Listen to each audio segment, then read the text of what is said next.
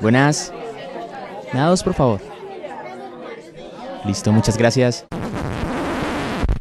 And here we go.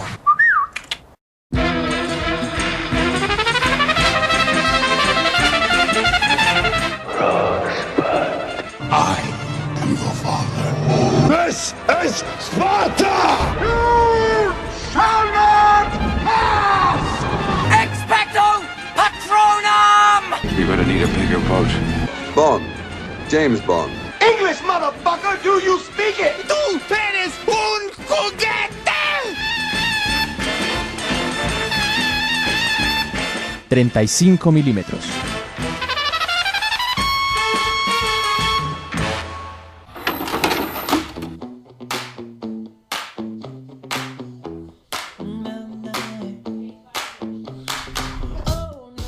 ...35 milímetros despliega un nuevo rollo. Lo saluda Juan David Martínez Zuluaga. Y ya con el mes de agosto arribando... les traemos a sus casas, a sus hogares, a sus lugares de estudio... lo bueno, lo malo y lo feo del mundo del cine. Sobre todo hoy, ya que nuestro programa va a girar en torno a las películas western... o más, en otras palabras, a las películas del oeste. Así que nos vamos a encaminar en un viaje repleto de pistolas, de vaqueros... de desiertos, de muchísimo calor, y para ello nos va a acompañar Carlos Fernando Alvarado. Todo un placer como siempre estar acá.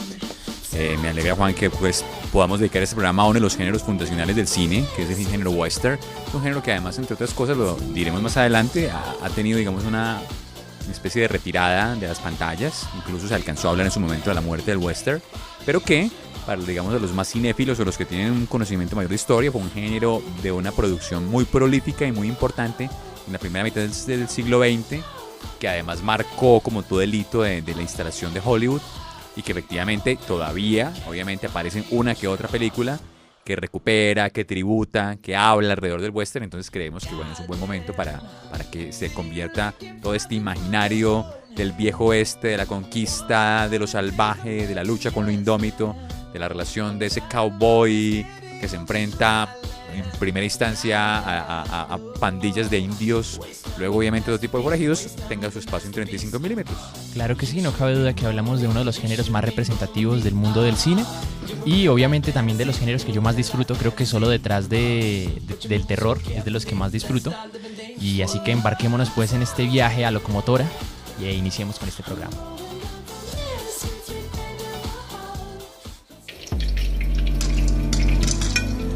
Y mientras se cocinan las crispetas,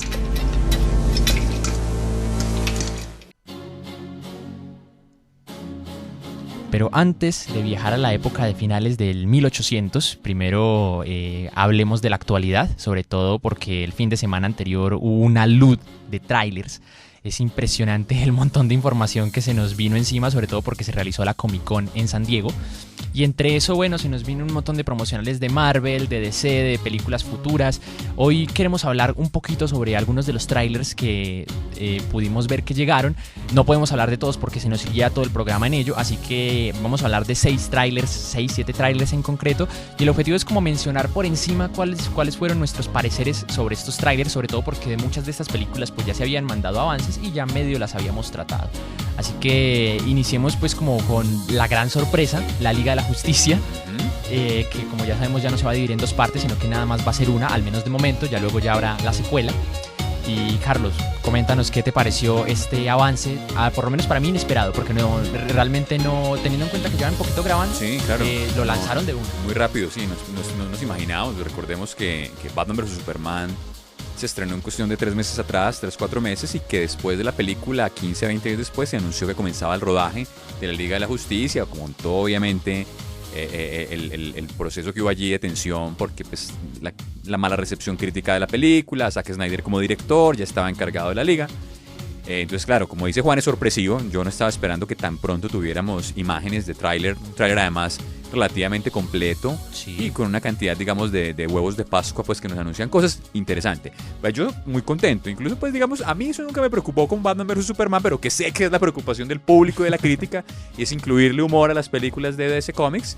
Veo que ya, digamos, están apostando un poco como con el asunto. Pareciera que hacer el aspecto un poquito más liviano, cosa con lo que estoy de acuerdo, porque a veces siento que tanta oscuridad a la larga sobrecarga y no lleva a ningún sitio, sinceramente. A mí no me molesta, pero efectivamente digamos que complace en general, y que está bien cuando el humor es bien llevado, me gusta. Pareciera un poco por lo que vemos allí, la escena, creo yo, puedo estar recordando mal el tráiler, la que digamos se le dio más despliegue fue la escena del encuentro entre Batman y Flash, entre Bruce Wayne realmente y en este caso Barry Allen, porque no están todavía en los trajes. Y allí parece que aparece la cuota de humor. Incluso me recuerda más no a una encarnación del primer Flash, sino al segundo Flash. Wally West es realmente mucho más humorístico. Entonces, pero bueno, igual no importa, está bien. Me gusta mucho la presencia de Aquaman. Pues es muy genial, es muy imponente. Sí, la solemnidad, etcétera, etcétera. Y bueno, el momento en que levanta a Bruce Wayne contra la pared. Y bueno, me parece bien. La Mujer Maravilla se ve muy encantadora allí en las 2-3 imágenes que encontramos. Los orígenes, un poco de los personajes. Cyborg, un poco lo que ya está anticipado en todas las pequeñas alusiones en Batman vs Superman, pero construido más dramáticamente. Obviamente era de imaginarse, no aparece Superman, porque yo estaba como pendiente del tráiler, que finalmente supuestamente ha muerto en la película anterior. Pero en las imágenes promocionales, los carteles, obviamente está en primer plano. Además que en la Comic Con Henry Cavill hizo sus apariciones por allí de incógnito. De incógnito, con una máscara de V de venganza. De V de venganza, entonces no, interesante. Yo entusiasmadísimo con la propuesta.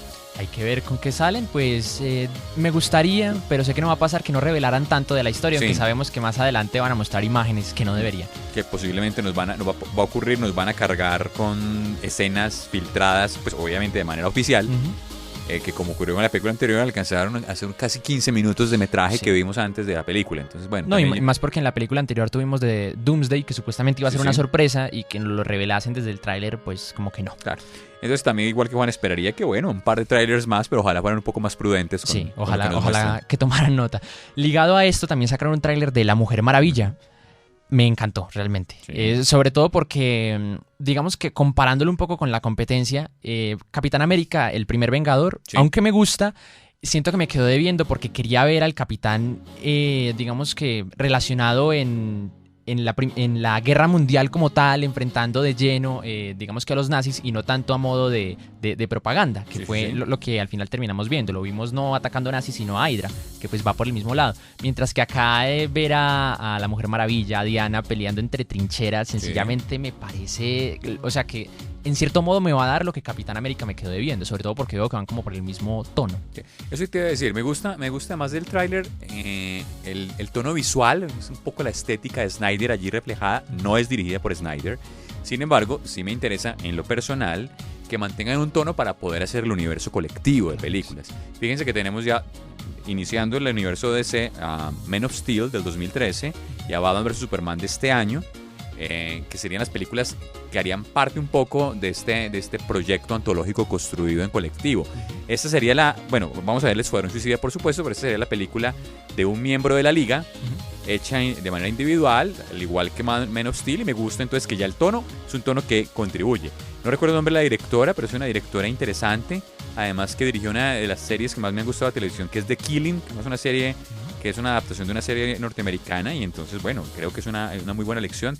Y The Killing no es una serie cadenciosa, oscura, con unos ritmos narrativos bastante lentos, pero muy bien logrados. Entonces me parece bien. Y bueno, y las escenas de acción del tráiler de La Mujer Maravilla me encantaron. Muy buenas, con su lazo de la verdad. El lazo de la verdad, además, brillante. Me gustó mucho. Me gusta además que Chris Pine esté haciendo el personaje de Trevor, de Steve Trevor, que es el interés romántico original de La Mujer Maravilla. Y además que está contextualizada, aquí me puedo equivocar, en la Primera Guerra Mundial. Exacto, por supuesto que sí. Este actor me gusta mucho, entonces me parece bien pues de encontrarnos aquí con el Capitán Kirk pasando a la franquicia de DC Comics, de la Liga de la Justicia. Y bueno, y a ver qué pasa con ese interés romántico, que pues quienes conocen un poco la historia de La Mujer Maravilla saben que es su real amor. Sobre todo antes del reboot de los Nuevos 52, donde la Mujer Maravilla establece una relación romántica es con Superman. Claro, bueno, está muy bien. No, pues a mí me gustó mucho, y me gustó mucho toda la parte de las Amazonas, y que es cierto que aunque recoge elementos de Zack Snyder, siento que también siembra por su lado. O sea, la cinematografía, hablando pues como tal de la fotografía de Zack Snyder, siempre me ha parecido imponente, pero creo que a DC le hacía falta un poquito más de color, un poquito más de sazón, y aquí vemos que sí hay un la poquito paleta más de Snyder es una paleta de colores ocres, eso es cierto, sí. Y aquí pues vemos un poquito más. Ligado a esto también tenemos el Escuadrón Suicida, el último tráiler, ojalá no revelen más porque creo que ya han contado mucho, demasiado. Pero divertido, sobre todo porque se nos pinta, creo que el verdadero villano que va detrás de todo esto. Yo no sé de cómics, no sé de qué villano nos estarán hablando en esta ocasión, pero en su momento creí que iba a ser más bien una casa hacia el Guasón, hacia el Joker, pero Creo que no. Parece que no. Yo tampoco sé muy bien todavía porque incluso he querido evitar conocer, me gustaría llegar a la sala sin saber quién es el villano. Sí. Pero bueno, con tanto post y con tanto tipo de informaciones, se filtran información, ideas. Sé que, por ejemplo, una de los personajes que está alineado ante el Escuadrón Suicida, que además en el tráiler no recuerdo haberla visto, que es Encantadora Enchantress. Va a aparecer como jugando en una doble dimensión, porque finalmente parece que va a estar enfrentada al escuadrón en algún momento y luego parte del escuadrón. Y por ahí parece que viene un poco el tema de quién es el villano, yo no quiero saber. Yo tampoco. Me gustó un poco el tráiler, ya está la banda sonora, además, el tema principal de la banda, de la película, de la banda sonora, que es una canción de los 21 Pilots que me gusta mucho como grupo. Yo había visto, ya vi el video musical, el videoclip, y aquí ya hacen un tráiler con la canción, me parece que funciona bien. La dosis de humor que ya están intentando colocar, incluso me pareció simpático porque recuerdo que una de las noticias fue hace unos meses que se volvieron a regrabar imágenes de Escuadrón Suicida después de el, entre comillas, fracaso de Batman vs Superman, pero David Ayer lo escuché este fin de semana diciendo que no era cierto, que no fue por humor, que estaban haciendo unos ajustes, que no fue por Deadpool, que no fue por Batman vs Superman, que la dosis de humor ya estaba pensada como estaba pensada. Qué bien, ojalá, desmintiendo sí. un poco que el asunto era para recomponer, que fue un poco lo que oficialmente dijo la casa. Pues ojalá que sea así. Igual me gustaría que si esta película se va a enfocar un poco en el humor, que lo puede hacer, sí, obviamente, ojalá lo hiciera bajo un humor distinto al que Marvel nos tiene. Yo creo que se podría hacer un humor negro interesante a partir de estos personajes. Eso, y esa creo que es clave, más negro que otra cosa. Ojalá que sí, sobre todo porque no quiero que esto termine siendo el Escuadrón de la Galaxia 2. O sea, no. Yo no le veo el tono todavía en los trailers y espero igual que vos sí. Que no vaya a pasar, gustándolos lo que nos gustó Guardianes de la Galaxia, Por supuesto. pero que esto es una cosa diferente. De hecho, hablando de todo un poco y pasando a otro tráiler, ya hubo tráiler de Guardianes de la Galaxia 2, sino que fue un tráiler que solo se mostró en Comic Con, que solamente los asistentes pudieron ver, pero contaron que es un espectáculo geek porque tiene un montón de referencias, por la cosa más impresionante, hablando de este Baby Groot, que ya está un poquito más crecidito. Qué delicia. Ya, James Gunn ya nos dio un regalo, esperemos que repita. Claro que esperemos que lo filtren rápido. Uy, ojalá que sí. De Thor 3 también mostraron algunas cositas, aunque de ese no han grabado mayor cosa, mostraron más que nada como artes conceptuales, pero... Y hubo una pequeña entrevista de los showrunners contando pues quién es parte del cast, pues que es un casting muy bueno. Me alegró mucho escuchar que sí está Anthony Hopkins como Odín, se confirmó, aparece en el rol, que se había dicho que no aparecía como el padre de todo, entonces parece que sí. Bueno, como las sorpresas ya teníamos, que Blanchett, Karl Urban, por supuesto la aparición de Mark Ruffalo en el papel de Hulk. De Hulk con su respectiva armadura galáctica, que me parece una cosa fabulosa, entonces qué rico. Claro, también Marvel nos soltó su tráiler por fin gordo, bueno, el segundo tráiler gordo de Doctor Extraño, que me fascinó, me pareció sensacional cómo muestran cómo este nuevo superhéroe, por llamarlo de alguna manera, rompe la realidad como si fuera vidrio. Me parece, encantador. Completamente de acuerdo con Juan. Pues el Doctor Extraño en mi caso es uno de mis personajes favoritos del mundo de Marvel. Además, pues que ponen en un tema interesante, es el tema de la hechicería, del mundo mágico. De las dimensiones. De hecho, si yo mal no recuerdo, tampoco soy pues experto en cómics, es Doctor Extraño el que se convierte en el catalizador para los multiversos. Claro que sí. Y entonces, para el multiverso, perdón, que nos permite encontrar las realidades alternativas. Y efectivamente, ya hablando del tráiler, el trabajo de puesta en escena y la propuesta visual es absolutamente encantadora, con unos ecos allí, pero que pues efectivamente son diferentes al Inception de Nolan, y que efectivamente pues nos empiezan a caracterizar aquí de una manera muy creativa al personaje, a su formación psicodélica. Y bueno, y lo hemos dicho en un par de programas, por lo menos pues en mi caso yo tengo un amor muy especial por Benedict Cumberbatch, es un actor de primera categoría, pinta muy bien lo que pasa. Me encantó ver ya, me corriges Juan el nombre, es Mike Mikkelsen. Mike Mikkelsen como villano. Haciendo de villano. Que es finalmente, yo no recuerdo el nombre del personaje. Tampoco. Calcius. Bueno, es un nombre de un personaje romano reconstruido. Es un alumno del barón Modo, que va a ser efectivamente, su problema directo es en origen con Anxious One, que es el maestro, que aquí lo interpreta, es una mujer, se me escapa el nombre de esta actriz. Fue la Bruja Blanca en las Crónicas de Narnia, sí. Tiene una belleza muy andrógina, una belleza mística, me parece a mí, parece perfecta que para en esto. Constantine hace del ángel sí, caído, claro, por supuesto. La androginia funciona muy bien allí. y que efectivamente es realmente... Tilda Swinton. Tilda Swinton. Mike Mikkelsen va a interpretar el personaje que se enfrenta a Anxious One y que por supuesto entonces va a recaer sobre el hechicero supremo toda la tensión. Fabuloso. Excelente. Ya acelerándole un poquito, hablemos de los últimos tres trailers y intentemos resumirlos en unas pocas palabras. La Bruja de Blair.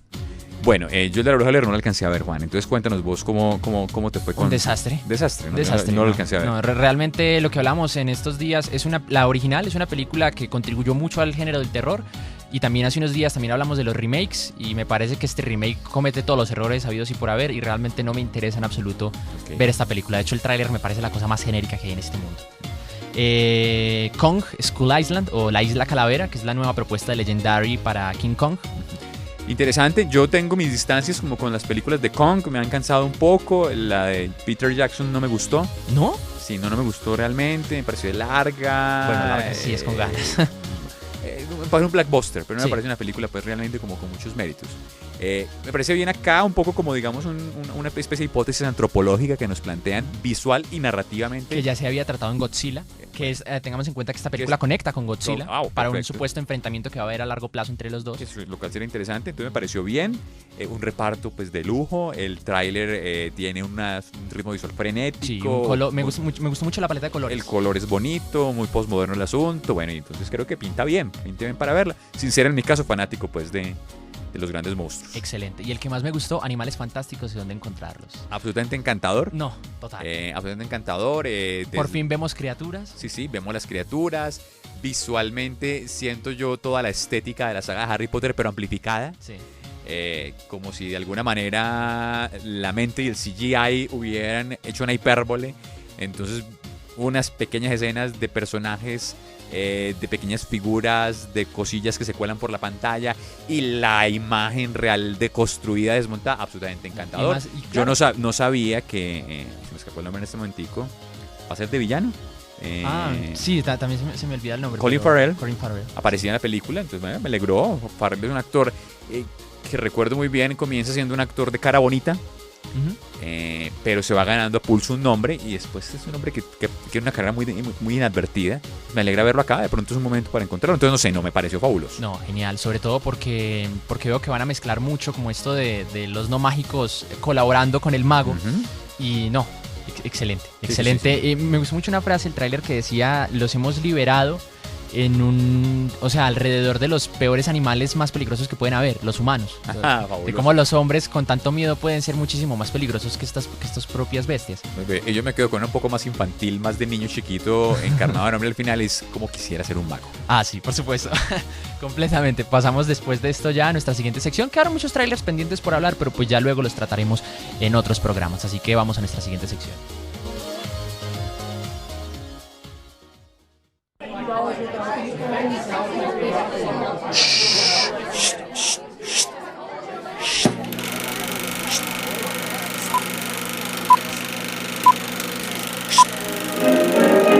En proyección.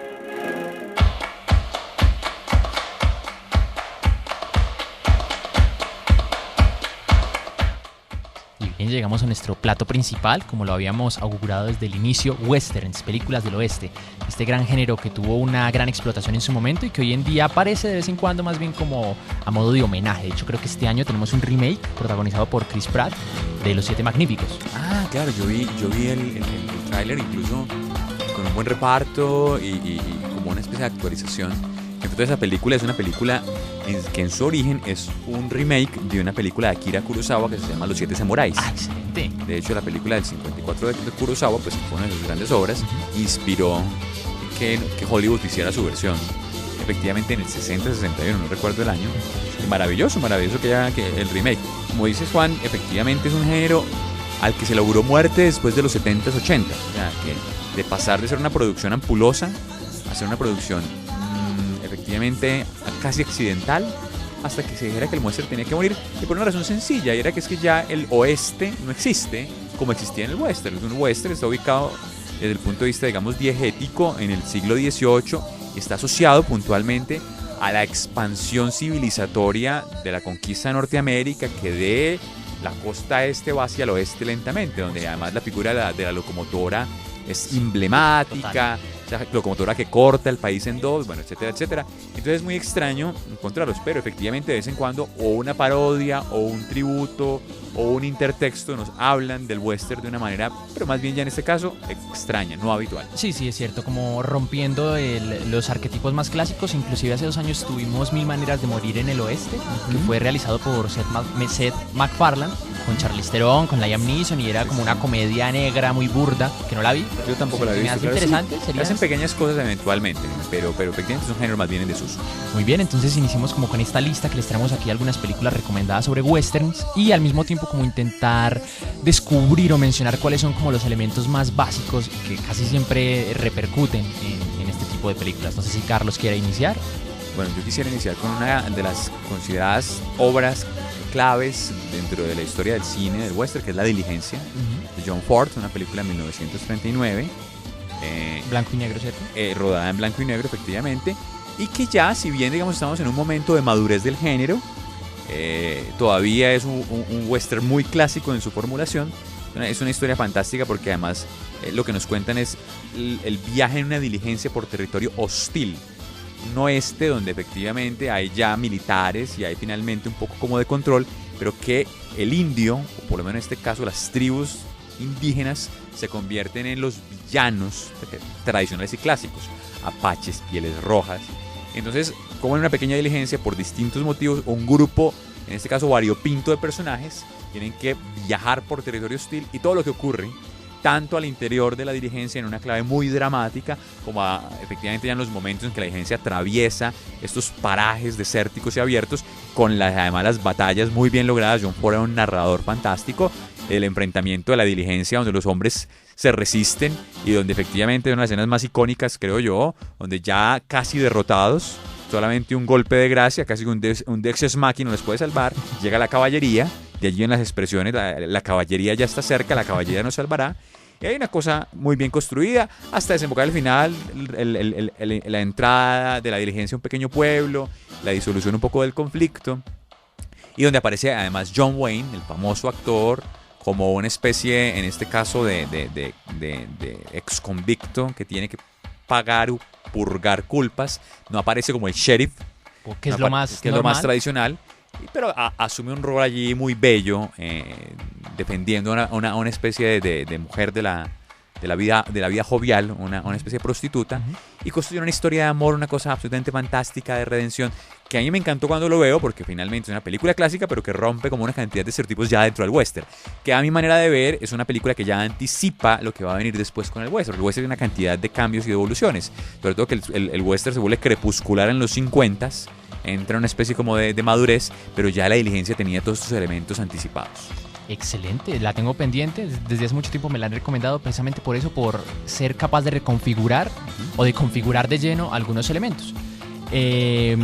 Yo pues les traigo mi cuota animada como cosa rara, del 2011, dirigida por Gore Verbinski, protagonizada por Johnny Depp, Claro. Rango, que es la historia de este camaleón que, siendo partícipe de una familia, termina siendo abandonado en la mitad de un desierto, de una carretera, y como él tiene delirios de actor, comienza a hacerse pasar por un sheriff en un pueblo que se llama Dirty o algo por el estilo. Hace tiempo que no la veo, pero me parece muy maravillosa por aprovechar las cualidades que tienen precisamente los animales que rodean a los personajes para implementar distintos elementos. Entonces los animales se ven feos, se ven rasgados en su piel, se les notan los poros. Tenemos de todo tipo de animales aquí, serpientes, e inclusive cierto homenaje hacia los westerns. Es más una oda, todo eso. Es una película larga, no es una película que recomiendo para los niños, ya que siento que es más para un público crecidito, pero me parece supremamente entretenida y supremamente divertida, más que nada por precisamente aprovechar lo que les decía, ese humor visual, a partir de las serpientes, de los camaleones, de las águilas que rodean todo este entorno. Muy encantador. Sí, es una especie como de juego de cosmomorfizar todo el universo alrededor del tema del western y de los personajes. Yo, aprovechando un poco, quiero mencionar una de mis películas favoritas, que incluso podría ser una especie de anti-western o una especie de testamento del western, que es Dead Man, una película de Jim Jarmusch de 1996, protagonizada por Johnny Depp, además.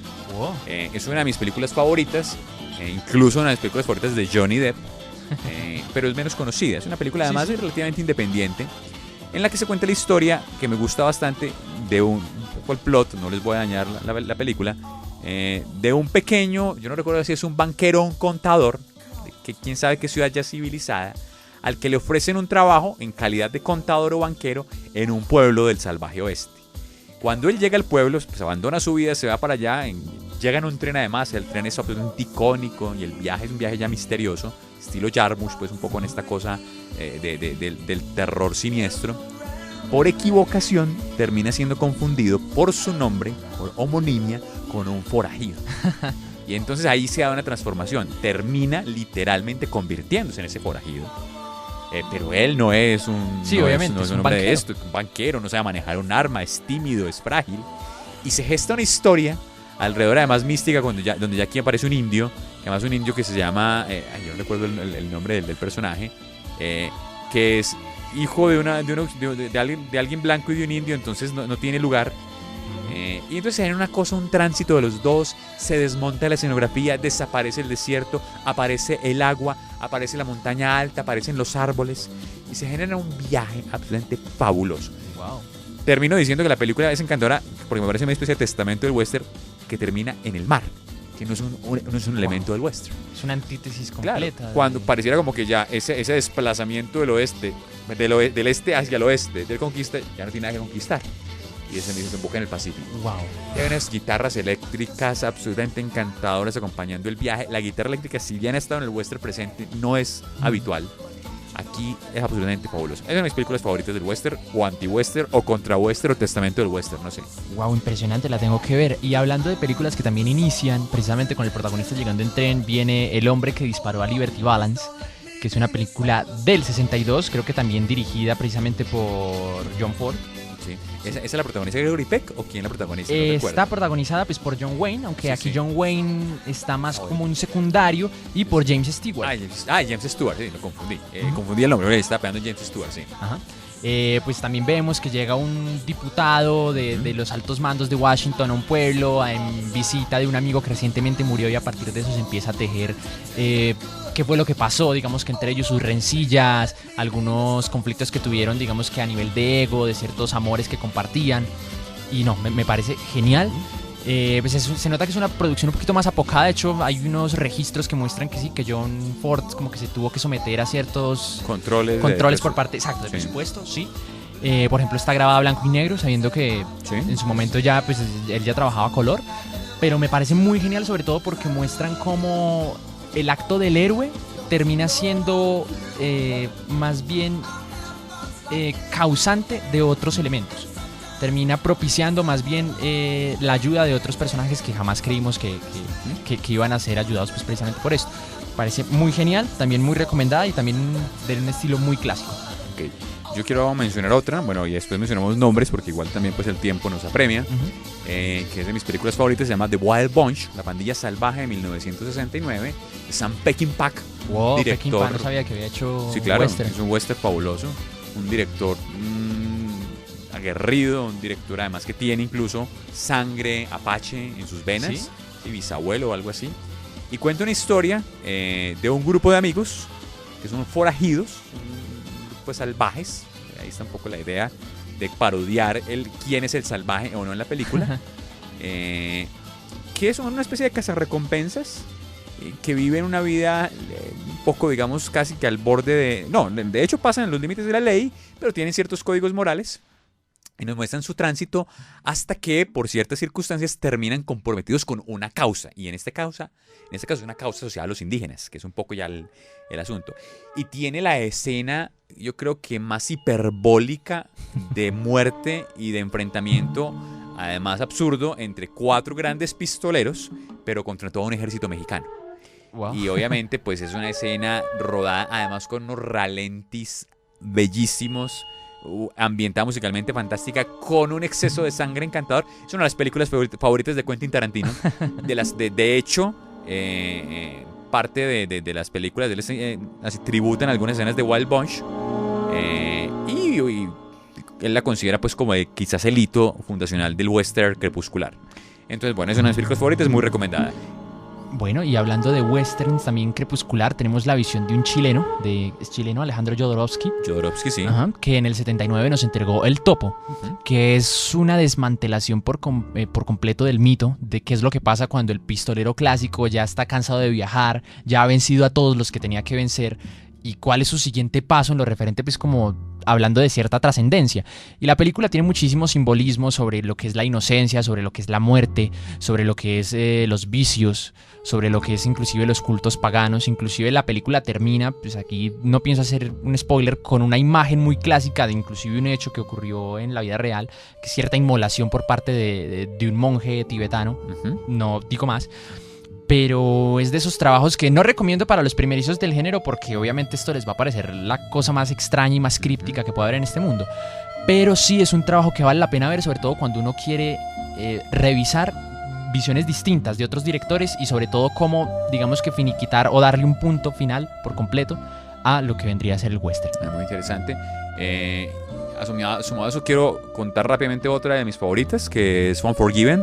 Claro. Los Imperdonables de Clint Eastwood, 1992, que además ganó el Oscar a Mejor Película ese año, y que es literalmente ya la historia, un poco en esta misma lógica, de un forajido, un vaquero, un cowboy, que se retira y que por cierto plot argumental se ve obligado nuevamente a cabalgar hacia el crepúsculo y a volver a enfrentar las armas, y nos pone una historia absolutamente encantadora, además con un reparto maravilloso, claro, Morgan Freeman, Gene Hackman. Bueno, es una película encantadora. Me gusta mucho porque obviamente pues vemos a Clint Eastwood, el gran arquetipo del forajido, obviamente más que nada del spaghetti western, pero aquí está.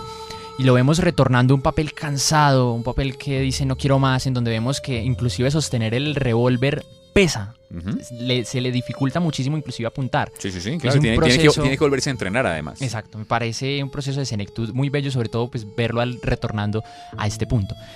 También pues hablando de grandes clásicos, tenemos Érase una vez en el oeste, o Hasta que llegó su hora también se le conoce, que es una película de Sergio Leone. Dicen que fue su testamento, porque creo que fue su última película de western realizada, no recuerdo. Tampoco tengo el dato. Pero vemos un trabajo que es muy metafórico. De hecho, los diálogos están muy bien construidos. ¿Sí? Los diálogos representan muchísimos elementos, y por supuesto vemos otra vez elementos como la prostituta, como el forajido que busca venganza, como el malo de turno que es despreciable y que mata todo lo que le rodea a sangre fría, como es el bandolero ladrón clásico. Me parece fantástico, y por supuesto los niveles de producción que tiene esta película son abismales. Y yo sumaría que además que es un trabajo es fundamentalmente visual.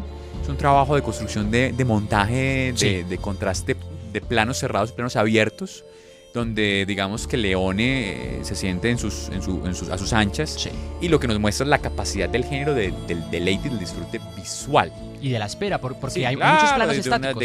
Unos decadencias maravillosos. De hecho, los primeros 10 minutos son tres bandoleros esperando a que alguien llegue en tren.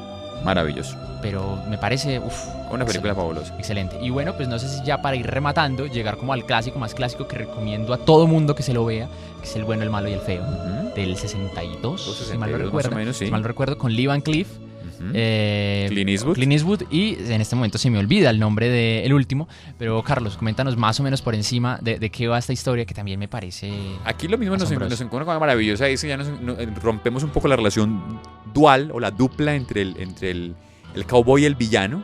Introducimos un tercer personaje, el feo, que genera además una cuota de humor, que genera un asunto de tensión, que él relativiza las posturas, digamos. Su lealtad varía dependiendo qué tan cerca tiene el revólver. Exactamente.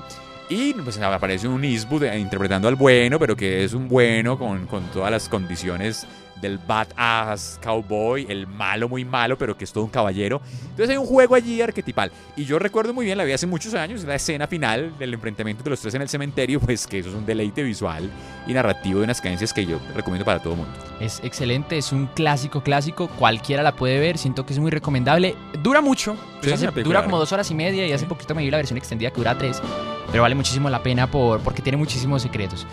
En lo que busco el nombre del malo, porque no nos vamos a ir de este programa sin saber cómo se llama, hablemos un poquito por encimito, mencionemos los elementos más clásicos del western, o sea, el forajido.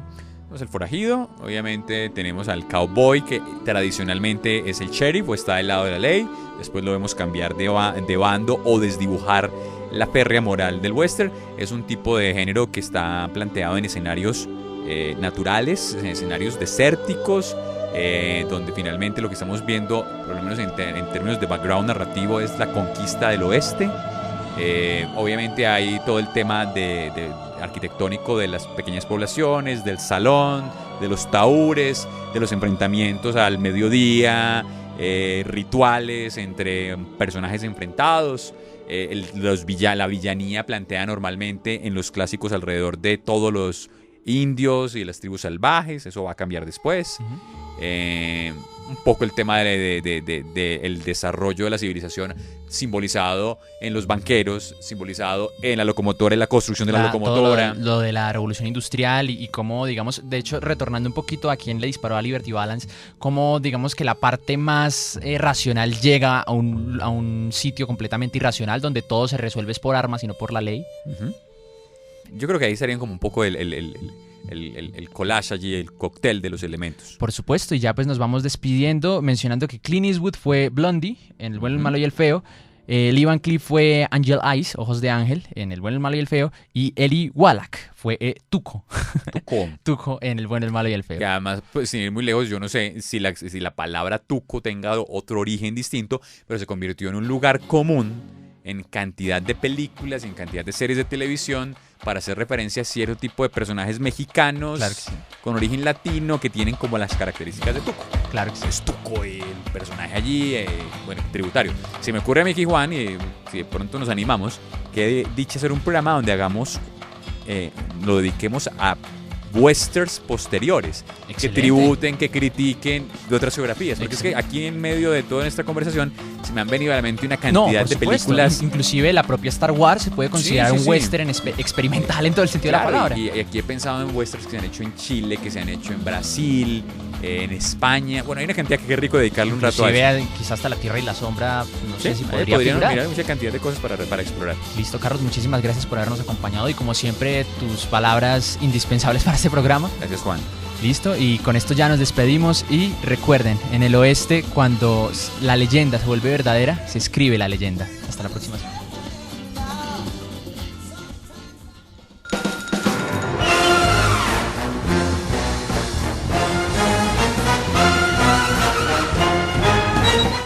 Acabas de escuchar 35 milímetros, una idea original de Carlos Fernando Alvarado y Juan David Martínez.